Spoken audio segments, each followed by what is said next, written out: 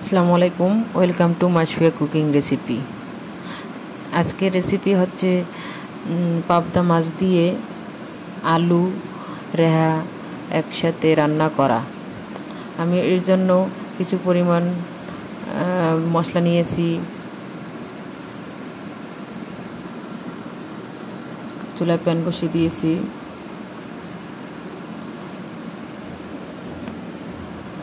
চুলায় প্যান বসিয়ে পরিমাণ মতো তেল দিয়ে দিছি।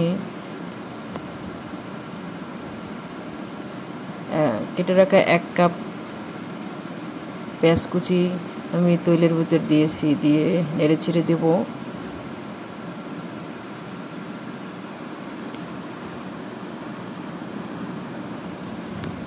আদা রসুন বাটা রেখেছি আমি, সেটাও দিয়ে দিলাম তৈলের ভিতরে। 4-5টা পেঁয়াজ, 4-5টা কাঁচামরিচ আমি কেটে নিয়েছি, সেটাও দিয়ে দিয়েছি। তৈলের উপর মরিচগুলো ভেজে নিলে ভালো হয়। কিছু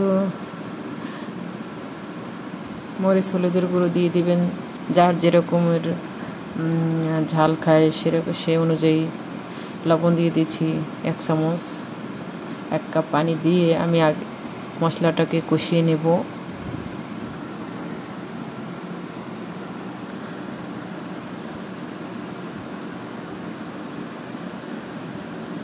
কেটে রাখা রেহা আলু একসাথে আমি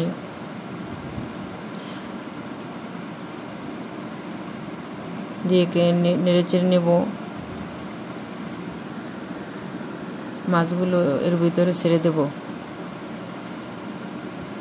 পাবদা মাছ দিয়ে রেসিপিটি খেতে ভালো লাগে, রান্না করতেও বেশি সময় লাগে না।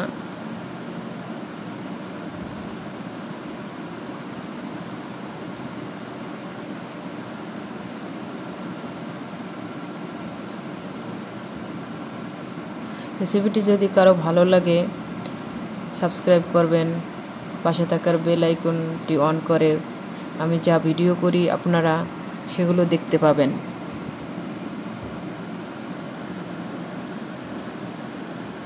এরকম কিছুক্ষণ ঢাকনা দিয়ে ঢেকে রাখবেন।